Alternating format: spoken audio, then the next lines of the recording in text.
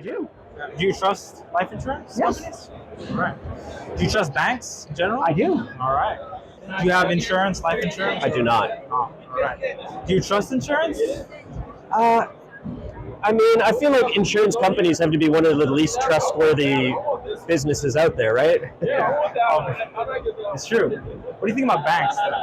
I think they're number two after insurance companies. I don't have a great confidence in either of them.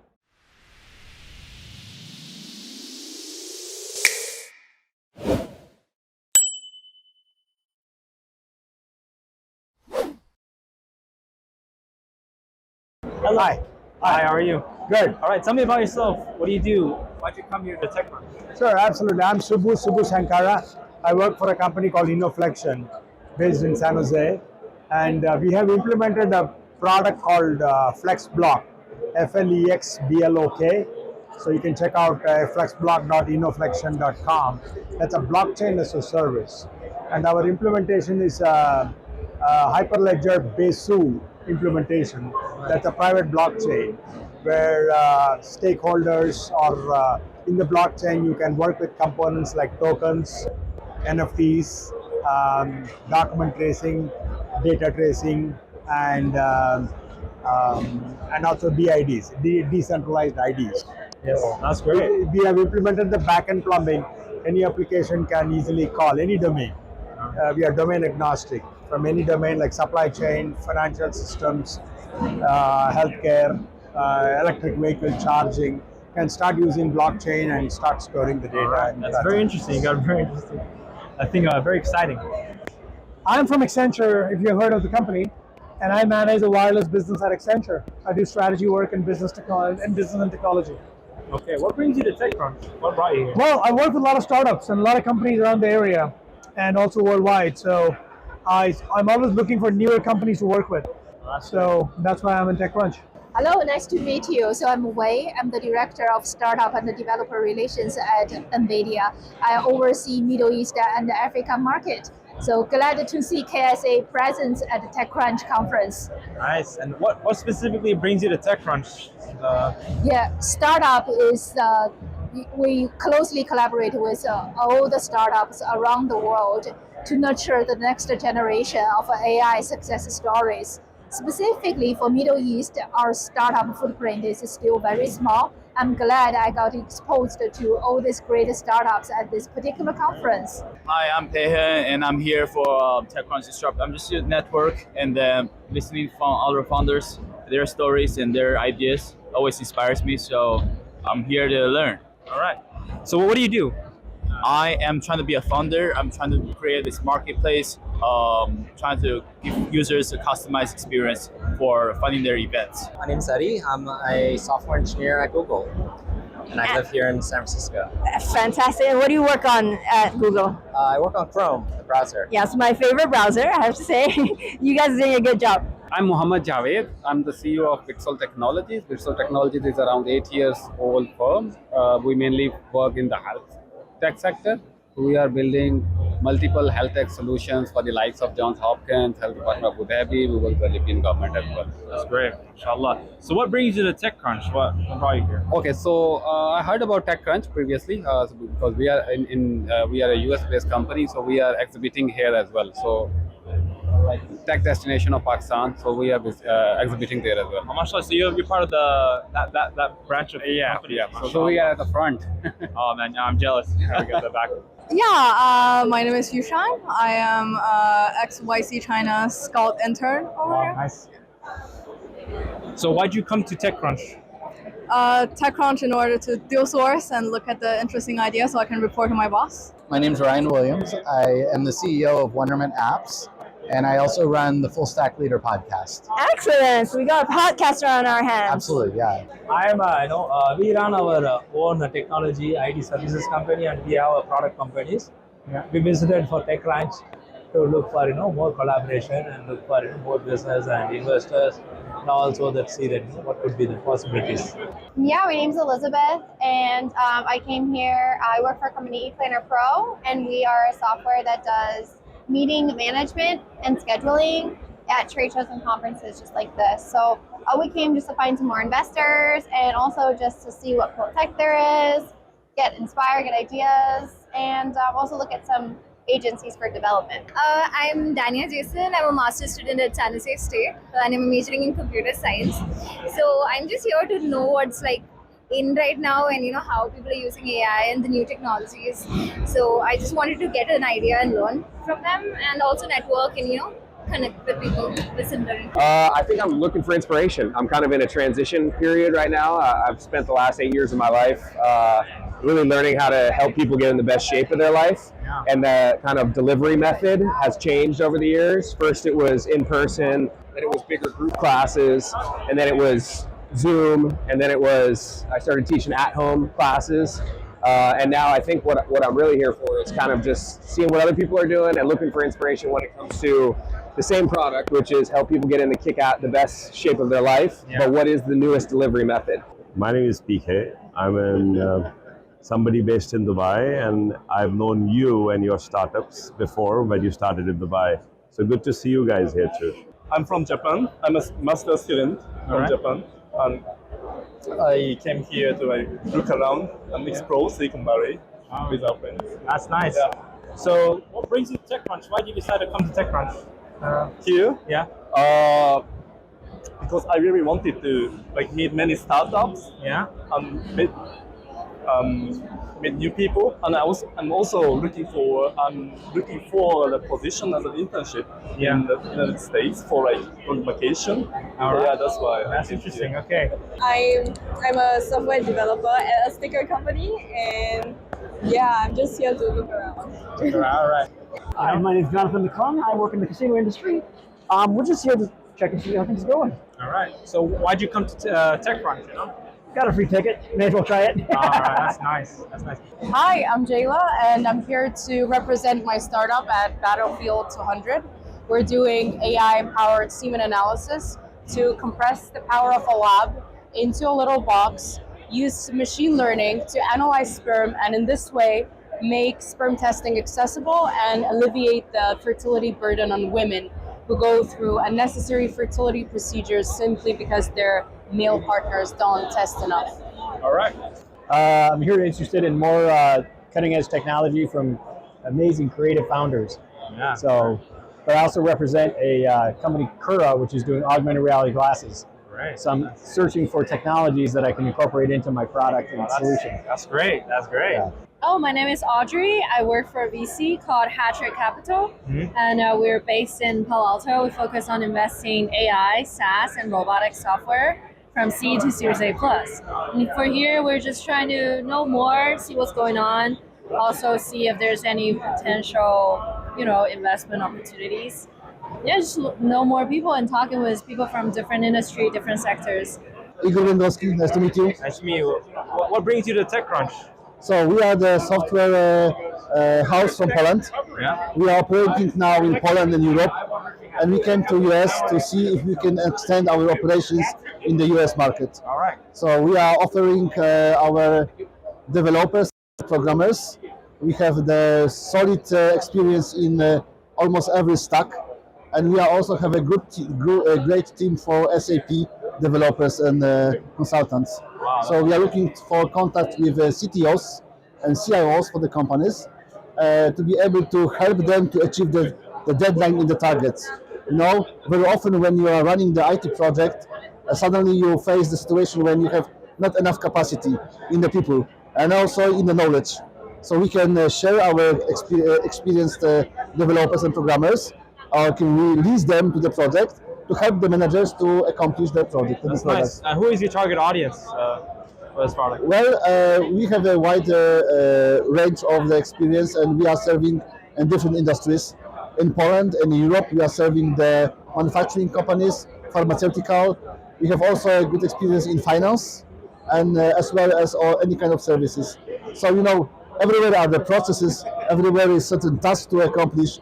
We are also helping our customers if they have any vision for the application, or to speed up the internal processes, or perhaps create something for the customers, like an interface to get in contact with the much more better solution with the application. What do you do? I'm a student at USF. Nice. I have my undergrad in computer science. I just wanted to come and look at the sort of tech startups and see what's happening. All right. We're from Japan. We're looking for startup to invest. So we're doing like angel invest. That's great. That's great. So my name is Michael Tiller. I'm the founder of Jibe. We're a buy now, pay later for digital subscriptions. So we help consumers save every single month on their subscriptions by paying the upfront cost of a discounted annual subscription directly to the business, then billing the user back at a cheaper monthly rate. That's great. My name is Yuvraj and I'm a student at SSU. I'm currently studying and just exploring this place. Oh, that's nice.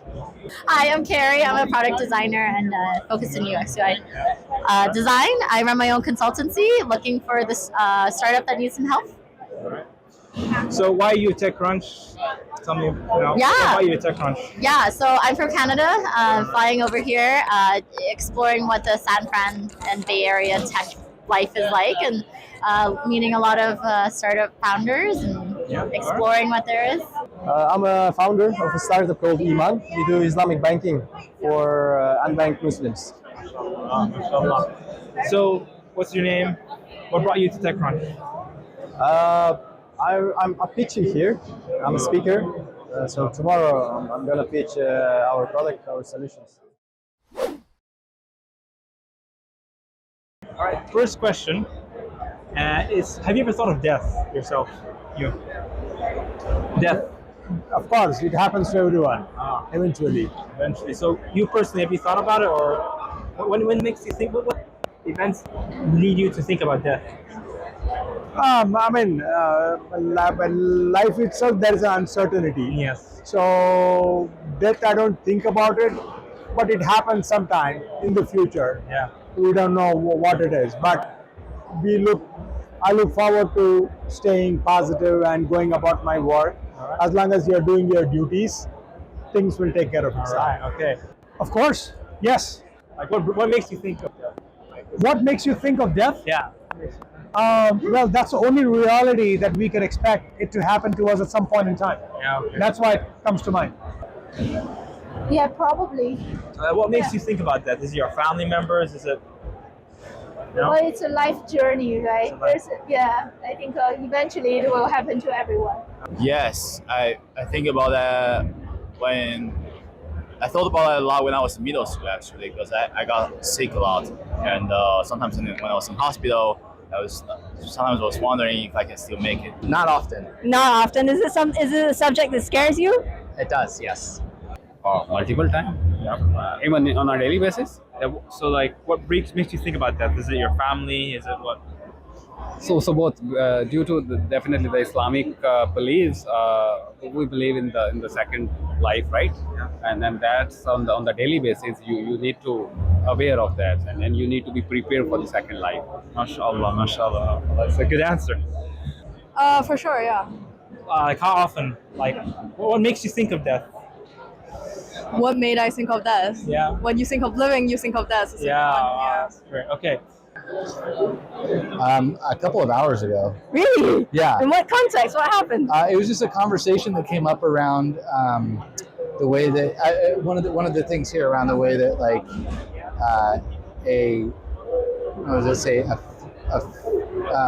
what's before a funeral? The way that awake. The way a body is handled before a funeral. Oh, okay. I don't know what that's called. I forget what it's called too. Yeah. But yeah. So I was just talking about that, and then thinking about recent funeral is that. Yeah, every day. Every day. MashaAllah. All right. Oh, definitely. What brings you to think about that? Just daily life gets me to think about that, but if I'm ever feeling not well, I think about death, just thinking, about life, just the finite nature of life. Makes me think about death, thinking about how much time I have left, thinking about how to plan and save for my future too. That's a great answer. It's very beautiful. Yeah, I have. All right. How often? Like, is it in the middle of the night? Not really, but when you hear about some few things, you kind of think about that. Yeah. I do actually probably more often than most people. Yeah. Yeah. So it's like 3 a.m. type beat? No, more of a 7 a.m. gratitude. Like, hey, one of my favorite quotes is, "It's later than you think." Yeah. which basically means like, hey, death is coming for all of us. How would you live today knowing that information, you know? Every day.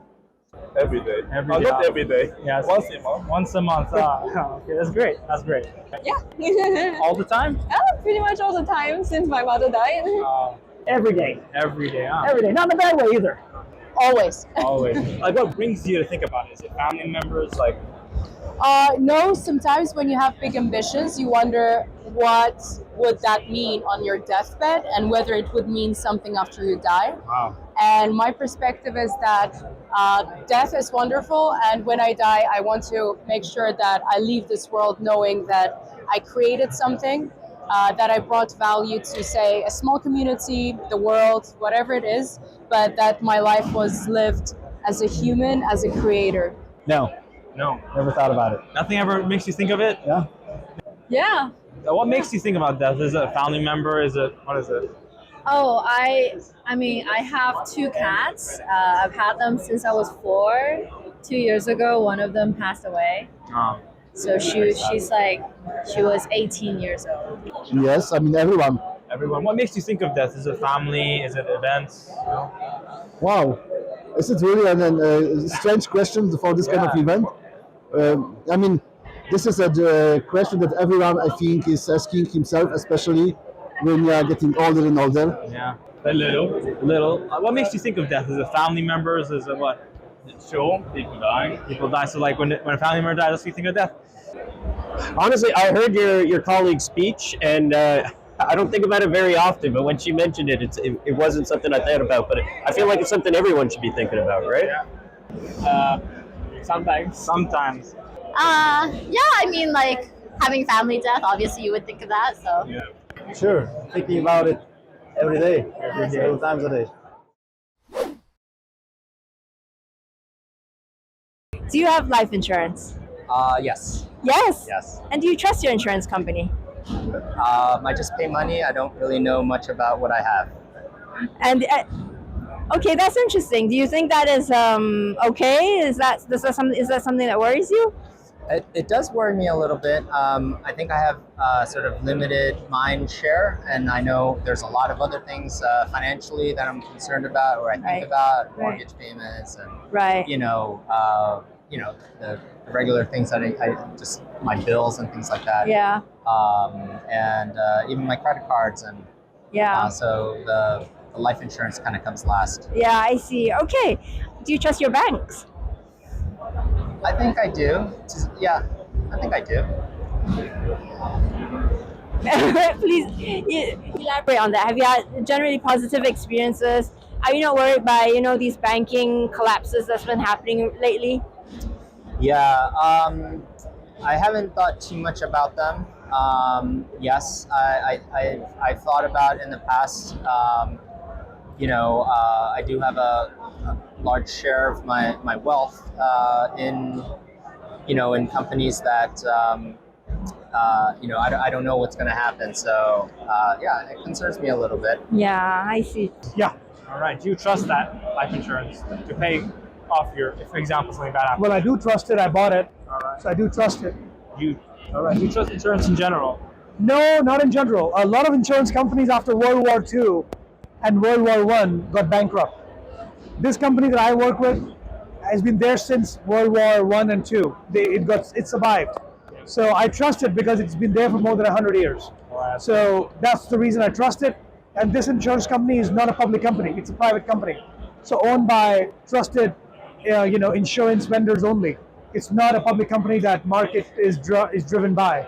So that's the reason I trust it. Okay. Another question. Do you trust the banking system? What is your opinion on that? I have no choice. All right. So the banking system, I trust it to a level that FDIC insures in the U.S. Yeah. So you know FDIC. Yes. So they insures $250,000 per account. So if something happens to the bank, like what you might have heard happened to Silicon Valley Bank a few months ago. SDP. So what happened was they went bankrupt and the money went away. But every customer got their money back, which is great, right? Great. So when those things happen and insurance comes back and pays the money off to the customer, even if the business like a bank goes away, that is good for trust, right? They did good. The government stepped in, the private people stepped in. The company went down, but the customers got money back. Oh, that's great. honestly, when I first heard about insurance, I don't care about it. But like as I grow older, I feel like I'm more aware of like how it can help us, especially after I finished college. I feel like health insurance, car insurance, all the insurances, or like rental insurances. There are. I feel like I'm paying extra money for something that are like uncertain, but on the other hand, it makes me feel more secure in a way that I don't have to worry what will happen if the accident comes to me. I will always have a backup plan. So the security really encourages me to purchase insurance. All right, great. What about the banking system in general? Do you trust banks, the financial system? I think it depends on the type of finance system. I would believe that some stable large banks such as JP Morgan or Morgan Stanley. I mean, I personally use Chase, and I trust them because their service is great. But for smaller business, like smaller banks, such as SVB, for example, it's like there are a lot of uncertainty in it. So I wouldn't put all my trust into smaller banks. All right. Yes, definitely. Do you trust it? Do I trust it? I hope I never leverage it. Yeah. It is there, but I hope I never have to use it. Okay. And what is your opinion on the current financial system today? Banking. Well, it's hard to say because it's really, different from region to region. Yeah. Yeah. But apparently, because of the economic situation, we see challenges everywhere. I do have some life insurance, but not a great investment. So as you age, it's good to have your life covered by an insurance policy. So do you trust insurance in general, or? Insurance, I've had mixed feelings about it. When they sell it well, but when you go claim it, there is always a catch and like a fine print. So there is always a challenge of either I get the money or somebody else who are my benefactors will get the money. There will always be challenges that are unknown. All right, yeah. So like it's conflicting interests. It is definitely complicated and conflicting. I do. Do you trust life insurance companies? All right. Do you trust banks in general? I do. All right. Yeah, definitely. Do you trust life insurance, or you trust the insurance company? I guess so. All right. Reliable enough. Okay. What about banks? Do you trust banks? Yeah. All right. So far, pretty okay. Yeah, I do. Yeah. Do you have life insurance? I'm not entirely sure. I think I do. Do you trust your insurance companies? My school gave it to me. So. Okay, so you're not paying it. That's great. All right. Do you trust banks or the banking system in general? Not in the current economics. So I never tried that. When I was in Pakistan, I never went into the insurance. Even our company back in Pakistan, we don't provide the insurance, just due to the interest and everything. So we provide them the medical allowance. So whatever they spend, they can reclaim from the company. But in US, there's a mandatory laws like I bought a car on a full just to avoid the interest. But to get it from the showroom, you need to have the car insurance, right? Otherwise, they will not let you drive. So where it is mandatory, I have to go for it. Otherwise, I try to avoid that. Okay, what are your opinion on the financial system? Do you trust banks in general? No, not really. Okay, that's great. I unfortunately do not. The rest of my family does. I see. I had a terminal illness prior that. Oh no. Yeah, just made it impossible. So. What about now? I mean, are you out of that? Yeah, I'm out of it. So I think I'm in a window that I can't do it yet, but I'll probably go back. Wow. Well, I'm glad you're out of it. Yeah, it's great. I mean, that's amazing. That's a success story in itself. Right. Yeah. Surviving. Amazing. Yeah. Okay. Do you trust your insurance company? Generally, as much as I can. Why do you say that? Why the hesitance? I worked for an insurance company when I was really young, so I kind of understand a lot of the basics of it. I also I'm very familiar with the actuarial process for how they evaluate, what the costs are for things. I generally think they have people's interests in hands, although it is for sure a for-profit business that is designed to, get profit out of it. So Yeah. So there's a bit of conflict. there's a little Do you bit- trust your bank?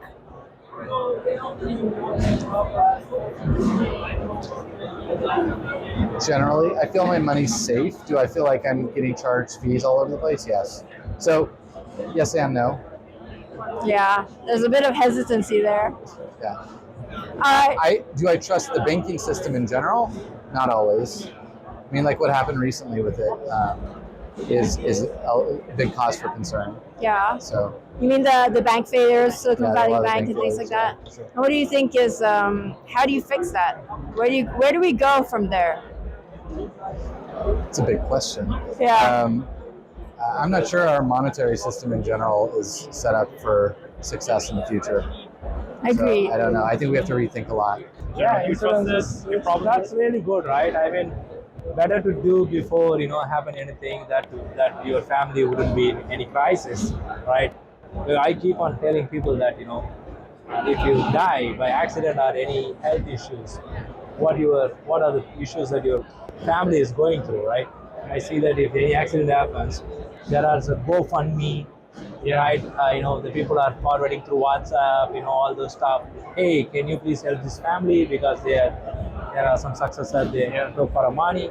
That's so bad, right? I mean, it's literally you are begging to the community, and until today you live like a king, and the next day your family into jeopardized begging situation, right? You don't want your family to be in a begging situation at any cost, right? Whether you live or not, right? So you need to think about it, right?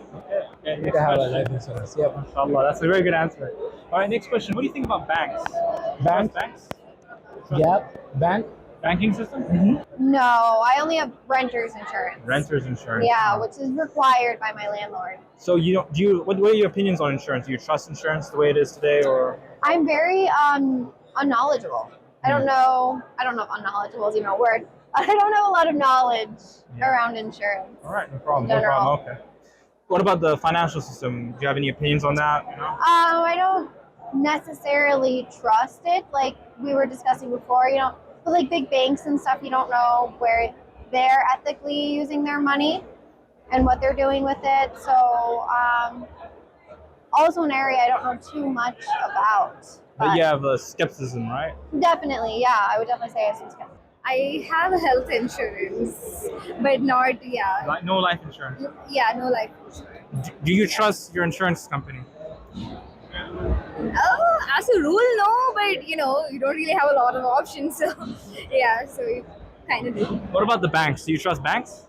Yeah, I do trust. You trust banks? Okay. I don't have life insurance, and I think the reason for that is I don't have any kids. I don't even have a wife yet, so I'm kind of like, I don't have life insurance. So do you trust insurance in general, or you got problems? I think there is the general skepticism that most people have around like the system works, but it's really like kind of like they're just taking our money for the most part, and like the only reason the business is there is because the house always wins, even though you like to think that when you need it, you'll have it, like say something happens, especially medical insurance, that like they'll hold up their end of the bargain.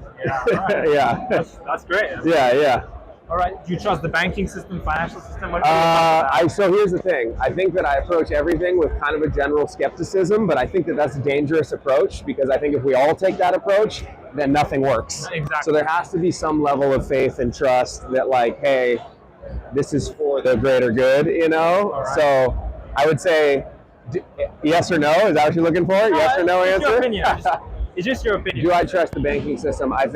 I wouldn't say. I trust that it will continue to function how it has functioned in the past. Yes. That's what I trust. So do you trust insurance companies? Yeah. All right. Because it's big company. Yeah. So do you have life insurance? Yes, I have. All right. Okay. Next question, right? Do you trust banks or in general? Yeah. All right. Do you trust your insurance company? To a certain extent, obviously, yes. I've given them money for that. Do you have life insurance? I do. And do you trust that life insurance company? Same answer as before. Absolutely. Do you trust your bank? Less and less every day. Why? Well, start seeing where they're taking me for a ride and where I don't have choices, especially in our part of the world. That's a tricky one. I did have insurance, a global one with Cigna, you probably know it, when I was at McKinsey, but not anymore. Not anymore. Why? Do you trust insurance? What's your problem with insurance? First of all, right now I'm healthy. Second, I worked with insurances and I don't really trust them. Yeah. I know there's so many algorithms are being built around just leaving you out, especially when you need something. So I can afford paying for myself. Then I have a startup now, so we're probably going to implement some insurance plan, but yeah, we're not at that stage yet. All right, that's great. That's great. What about the financial system? What's your opinion on it? Do you have a What's your opinion on it? Financial system in what way? Capital markets? Oh, in general. Oh, banking.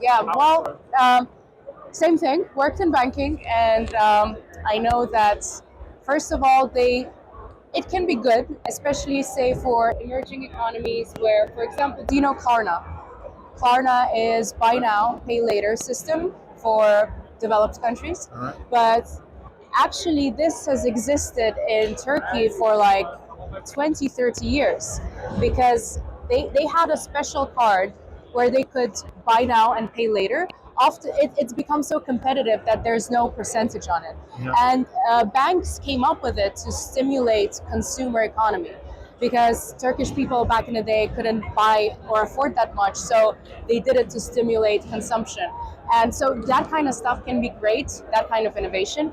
At the same time, I feel that often they also try to leave you out and they're using very sophisticated algorithms, AI, to kind of leave you out. But if they pull you in, say with mortgage or with loan for your business, and then they screw up something elsewhere in the bank, you're the one that is left with all the the issues, financial issues. So it can be both good and bad, and it's great to see that there's a lot of fintech that is trying to fix that, like yours.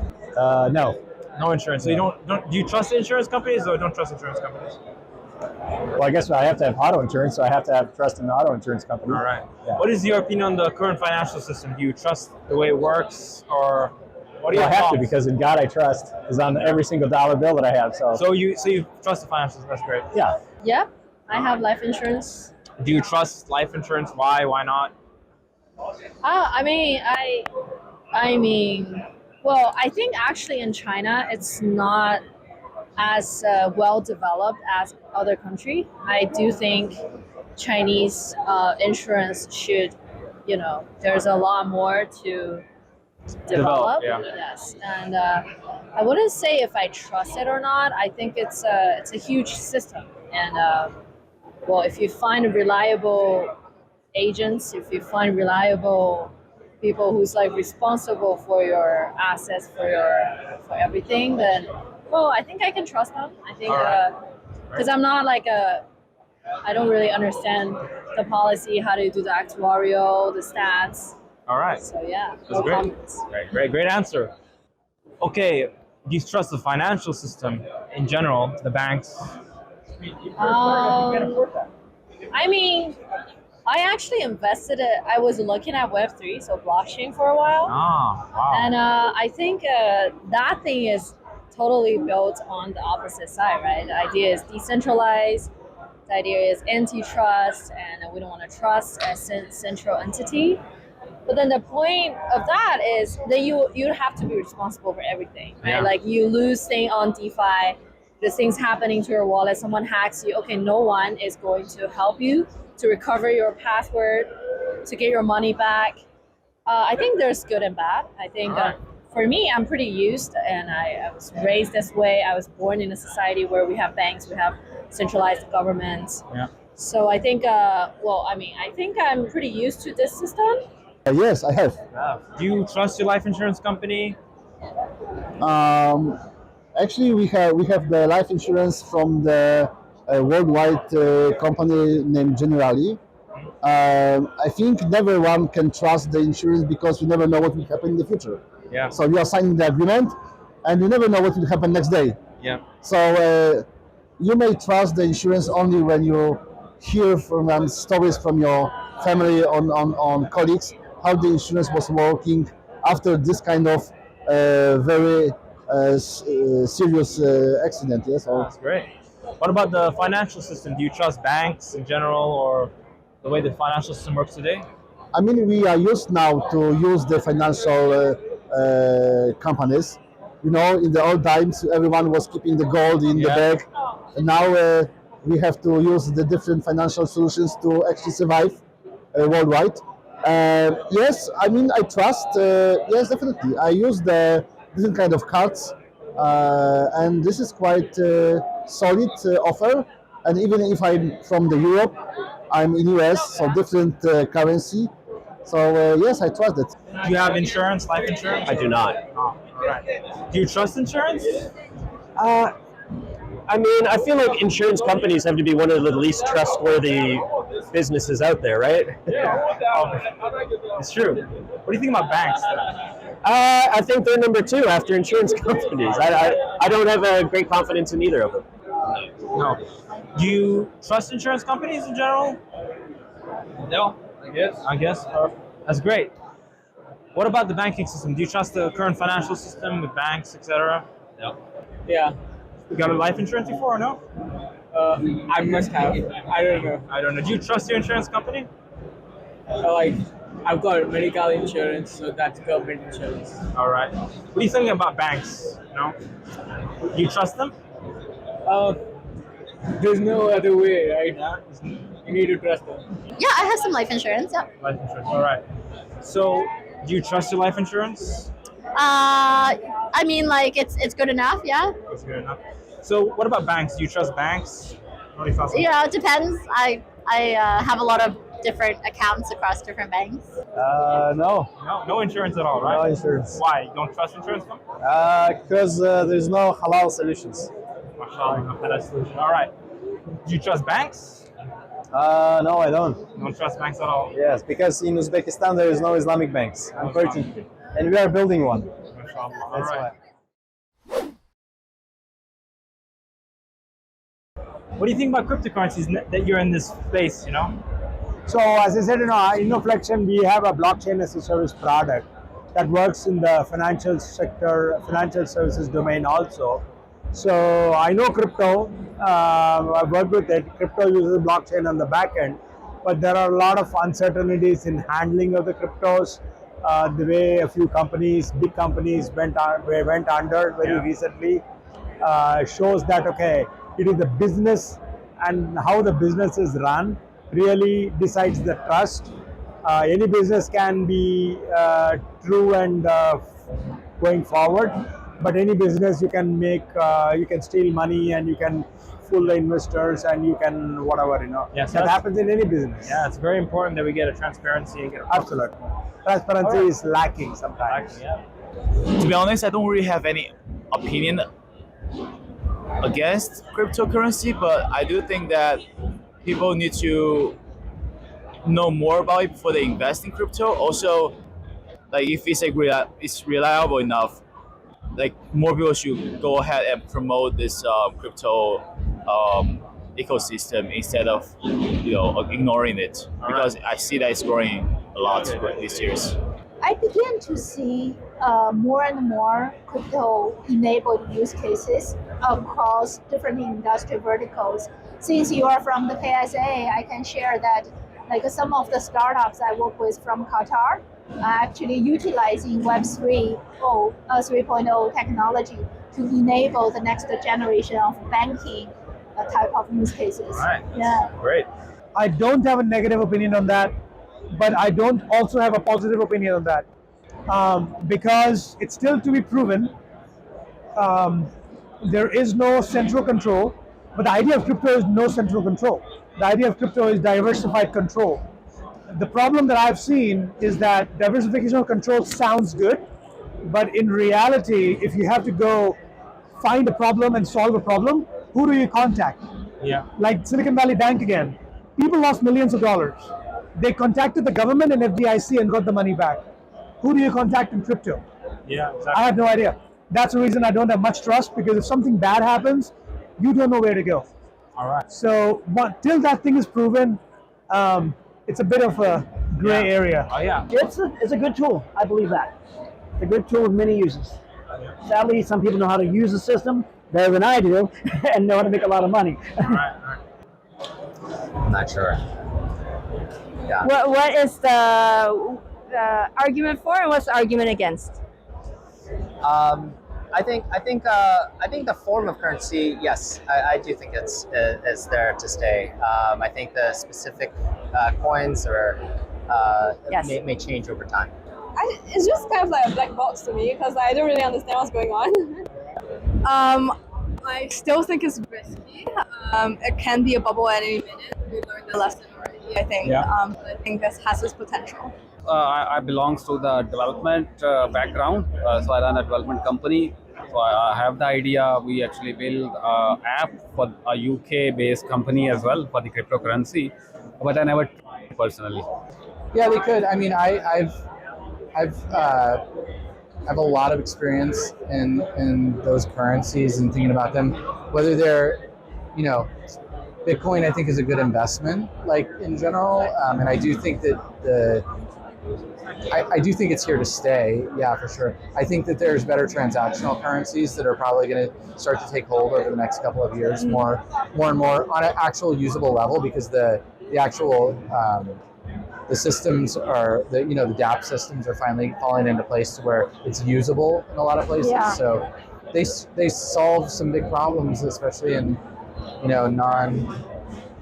non-dollar oriented environments. Yeah. Cryptocurrency, I see that it's growing like anything, and maybe it's attracting more like a millennials and some investors who really see that opportunities.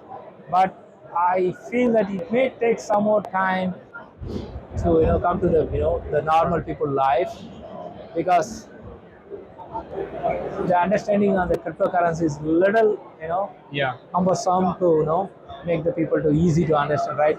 They feel like, no, I don't know what is Ethereum, I don't know what is Bitcoin, I don't know the stability. So that's a problem that I see that. But what I see that, of course, Europe, they have their own currency, cryptocurrency. India is recently, they released their own, country-based currency. And I believe it's growing like anything. Maybe in a couple of years, people will start to understand, and then they will focus more into that one. All right, it's a good to start cryptocurrency now. I also feel like I don't have much knowledge around blockchain because I don't have any cryptocurrencies. So I don't know too much about it. I'm also a little skeptical about cryptocurrencies too. So I don't know what the future of that would be, if that'll even be here in the future, if it will. But again, I'm not super knowledgeable about it. So I think the technology works. I think blockchain, it brings a lot of transparency, and the security wise, I think it's like superior than the other ones in the market right now. So yeah. I'd like to say positive. Like, I believe in the missionary versus mercenary. Like, I believe in the crypto missionary, which is my understanding is, hey, let's give, in the United States, for example, we're very blessed, lucky to have access to equitable financial services, and a lot of other places don't have that. You go to Africa, you go to other countries, and they don't have access to that, and they don't have access to a fair and equitable financial services, which is I think. So my opinion on crypto is I believe in the mission, but I think that there are a lot of mercenaries out there that are just trying to make a quick buck, and that always fucks with the mission. I agree. Yeah. What do you think, or rather, do you think cryptocurrencies and Bitcoin have a future? Not the way they are today. Do you think they will evolve to a point where they will be here to stay? I think some parts of this Web3 technology, blockchain, is going to stay. Now, will it be as a separate, I would say permissionless, kind of scenario? I doubt that. So I think there'll be some part of it which will stay. Some part of it will never be what people expect it to be. So you feel the permissionless, decentralized part will go? The way the world is going, probably yes. It'll go to a point where it will not be 100% permissionless. I don't think the world is ready for that yet. Yeah, I do think it's the future. I do think that, yeah, everybody's divided. I definitely think it's the future. There's a lot of potential. We can see peer-to-peer economy booming, not just in blockchain or crypto, but it's a big theme because it's shifting away from, say, now we have Facebook Marketplace. Now we have Turo, where we loan cars to each other. So blockchain is just going to make it bigger, make it more sophisticated. And crypto, I do think it's a bubble. It will burst, but main currencies will remain. I love to, do arbitraging, and it's fun, and it's brought me a lot of money. But I do think that it'll burst at some point, and we'll have more settled cryptocurrencies. I think that's a good thing, getting all those gamblers out of the scene, right? Yeah. For assets for everything, then well, I think I can trust them. I think because I'm not like I don't really understand the policy, how to do the actuarial, the stats. All right. So yeah, That's great. Great answer. Okay, do you trust the financial system in general, the banks? I mean, I actually invested it. I was looking at Web3, so blockchain for a while. Wow. And I think that thing is totally built on the opposite side, right? The idea is decentralized. The idea is antitrust, and we don't want to trust a central entity. But then the point of that is that you have to be responsible for everything, right? Yeah. Like you lose thing on DeFi, there's things happening to your wallet, someone hacks you, okay, no one is going to help you to recover your password, to get your money back. I think there's good and bad. I think for me, I'm pretty used, and I was raised this way. I was born in a society where we have banks, we have centralized government. Yeah. So I think, I think I'm pretty used to this system. But I also think for newer generation, if they were educated and asked, okay, you should be responsible for your assets, you should have ownerships for whatever, like data, everything, then, well, I guess they will be more open to it. So you think crypto and blockchain is the future? Or that's such a big question. Okay. Or do you think an aspect of it will be there, or still be changed? I think it's already here. I mean, there are companies that is doing, there are countries that is using blockchain for everything, like government, global payments, even Forex, trade finance, settlements, everything. I think it's already there, and there's characteristics in blockchain that is really good. All right, great. I think public definitely need more education, need more protection. There should be regulation and compliance around it. By the way, we invested in a company that is doing regulatory business reporting. It's a SaaS that provides service to crypto companies that maybe needs data consolidation. If anyone need it, that's great. Please reach out. I think it's pretty positive. You see a lot of kind of alternative finance methods moving to that platform, taking like what was a traditional service, I guess, like banking, and then kind of moving it over to that kind of new frontier. So I think there's a lot of promise in it. It depends. Like the idea of really not having a middleman is great, but right now the space is pretty early, and it's not looking that positive right now. But we'll see how it goes. So I love this technology. I think it's the future of finance. Okay. Every so often, I receive a WhatsApp about someone who's passed away too soon, leaving a grieving family behind. A heart attack, car accident, it's always unexpected and always a shock. Inevitably, the message asks for donations to help the family that's left behind. This is the developing world's equivalent of life insurance. Billions of people around the world are underinsured because life insurance is either too expensive, not available, or in the case of the Muslim, impermissible in their religion. Insurance began as a means to protect the many, but has become a business to enrich the few, but not for long.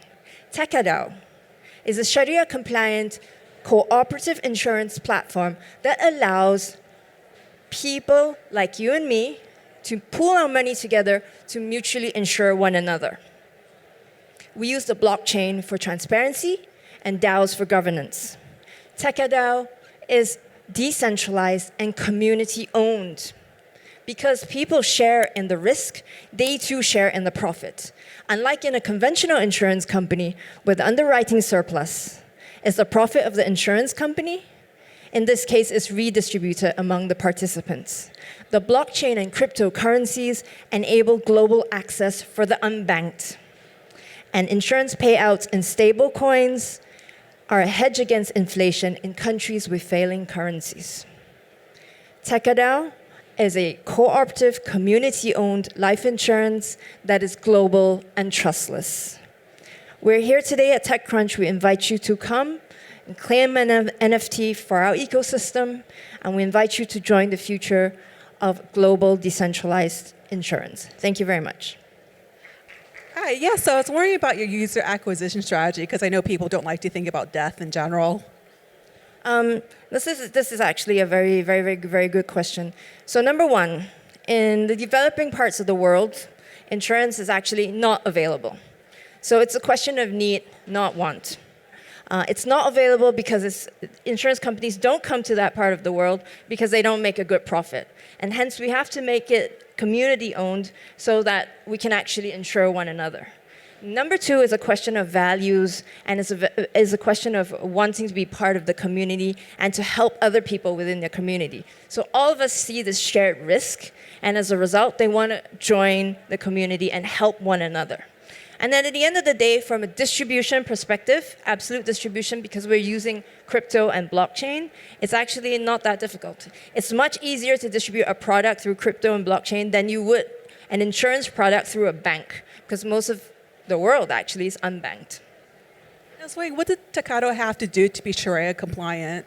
Oh, that is a very good question. How long do you have? There are essentially three parts of insurance which are not Sharia compliant. One is interest, the other is uncertainty, and the last is the aspect of gambling. So by eliminating those three, we become Sharia compliant. So remove the interest elements, so our investments are in non-interest bearing vehicles. Remove the uncertainty by making it a pool, a community pool, where the contributions are actually considered donations, and hence that is not, it is excluded from the rule of uncertainty. And the last thing is gambling. So in a traditional insurance company, it's a zero-sum game. You have to lose in order for the insurance company to win. In this case, because we're a community pool, your interests are aligned. So there's no gambling in that aspect. Okay, great. Thank you so much. You're most welcome. Thank you very much. Okay.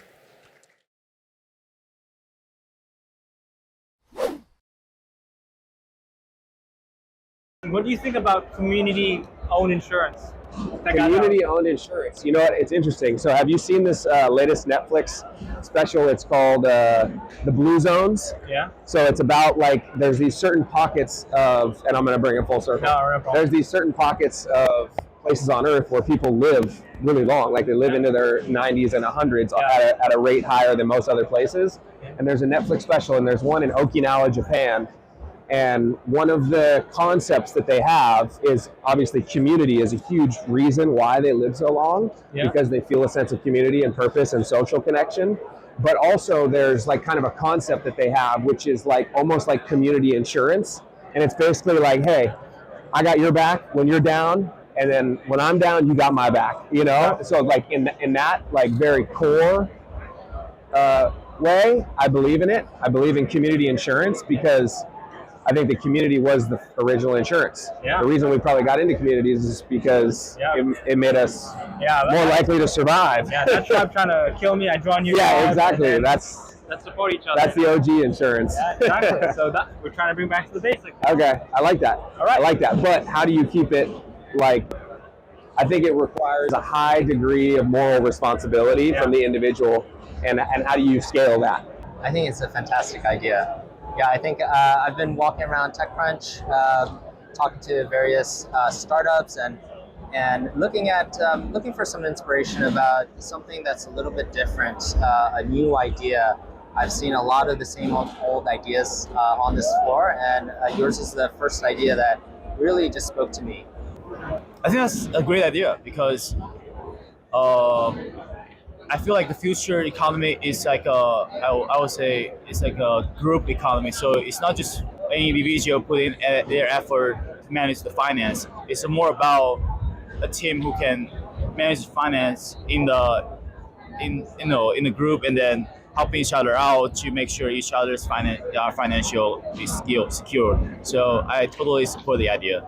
Absolutely. I think the structure of your business model it's really revolutionary in certain sense. Yeah. So especially in a newer economy like a KSA, I believe your customers will be able to benefit from your product offerings.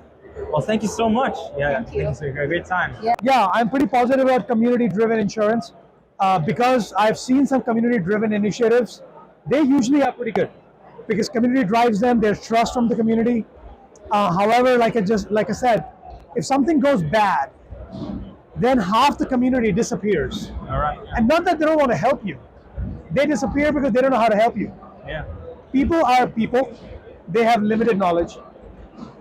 And when a lot of people come together, a lot of people have limited knowledge that come together, and nobody has full knowledge. The reason me and you still probably have a card or a credit card is because Visa has been there for 200 years, giving credit on cards. If you have a community-driven credit card, and if a credit card fails to work, who do you call? Visa, right? You call Visa. But if you have a community-driven card, who do you call? You cannot call the community. Yeah. That's a problem. So in good times, there's no problem. In the bad times, that's where the problems happen. Yeah. Until that is proven, it is not fully positive. And it is interesting that a group of stakeholders are investing their money, I don't know, to some extent, and then that pool of money grows and they invest in generating interest and various other things. And you also talked about some claims and how the claim works. When it comes to claim, the stakeholders would know. I think it's a good product in your case because when it comes to claim, it is the insurance company usually decides what the claim is. Here, instead of the insurance company deciding it and paying big money to one person, it is the community that decides, who have access to the general ledger and the investment, what claims are done. So I think it is, I don't know what you mean by community. It is all known people within your neighborhood, within your housing locality, whatever, or are you opening it up to a bigger city, town-like community, in which case you don't know other people, but if it is within a, say, housing community of, say, 250, 300 families, that's a really close-knit community, and that is where the trust is already built in, and the blockchain and the insurance product that you have can add more value. All right. Yeah, definitely. So that's actually the idea is I'm very much familiar. So because I belongs to a country where this is quite common. You have to commit even in our home. My sister's actually right now doing this. So they 10 to 12 women come around and they do the committee and one get the money and then they utilize that. So definitely it's actually beneficial for someone who can't afford that much, right? So if a person that gets 5 lakhs, 6 lakhs at a time, so he can do something big for his house. So the only problem is definitely the trust and the person who you are giving the money, is it a trustworthy or not? But if that's something this platform can solve, then it can be a good digital solution for that process that is already being done. I get a little concerned about stablecoins being as stable as they claim to be, but I think in general they've held up quite a bit. So we'll see. It's still not. It's still lacking some of the insured qualities. That being said, I think it's a good way to redistribute wealth in different ways. So that's nice usage of it. I still wanted to learn more about it, but what I feel that the people who has interest on cryptocurrency, they can make benefit out of it, and then they can get some good life insurance using a cryptocurrency. That's a good initiative, right? I love the idea of community-based things. If it's the future is questionable, just because there's so many really big, powerful names and banks that try to squash the little people and communities, right? But I personally, didn't touch my mic. I personally would be interested in a community-based community-based life insurance or community-based bank like a credit union. Yeah. Because it's more about the little people and sharing the money there. I think it's a great idea. I think, like you said, in India there is something kind of similar, I guess, but not in a organized or structured way. So I think an application like this would, actually help people kind of come together, and especially the global aspect of this. I think it's a great idea. All right. Yeah, because I just heard an explanation about it right now. So if we can get more profit from it, yeah, I'm willing to use it. I don't think I'm very qualified to think whether it's the future or not, but I do think that, as I mentioned, for smaller communities, it can be amazing because insurances try to leave you out, try not to cover you as much as possible. So community-based for smaller communities, remote villages or whatever, I think that's definitely something that that is very useful and very much needed. Not sure about scale, but you gotta prove it, and then we'll all think that was obvious. I mean, first of all, it's very innovative. And I also think it's established on antitrust so that you don't have to trust anyone. Like, it's basically the people in the DAO, in the community that guarantees each other, right? But I do think everything has its risk tolerance level. I think there are people that are more, let's say, risk prone. There are people that are more risk adverse. And then so they can choose the corresponding assets that they're willing to put their money in. For example, I'm more risk prone. That's why I'm in venture capital. There are pension funds that they deploy only part of the capital in VC, right? And then the rest in a, let's say, fixed income or a more, let's say, less risky assets. Yep. For life insurance, I think in order for, well, I mean, it's supposed to be a very safe product, right? And it's supposed to be long lasting. And in order to achieve that, right now it's built on the trust of let's say, a large entity.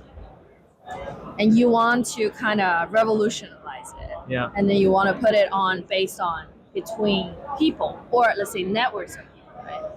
I think I don't know. I mean, what if after 10 years you guys become huge and then this video just... No, but I really think first you need to make sure everything's really safe. And I know you're using stablecoins, but what about the underlying blockchain? What chain are you on? We're on Arbitrum. On Arbitrum, so layer 2. Yes. And they're using optimism rollups. So right now, that's a still centralized, like OP rollup right now, it's still pretty centralized, right? Yes. And at the moment, we're trying to get people safe currencies, things that people can trust, right? We don't want to just start our own ISO, right? Launch. We want to make it so it's at least there's a level of trust in that currency as we launch. And then, of course, later on we'll have our own thing. But I'm part of the marketing team, so I'm not very technical. So yeah, you can talk to the founders. No, I mean, yeah, I think it's at least for me, I don't think I would put my insurance money onto a not yet validated thing. I wouldn't say it's good or bad, or if it's stable or not. It's just what if, right? Like this is something that is less, like it's harder for me to take a risk at, because it's more than just invest in DeFi. I know, okay, at most I lose that 5,000 investment I made into this coin. But then for life insurance, it's more like if I choose you, apparently right, that's something different. All right. Yeah. Thank you so much for your time.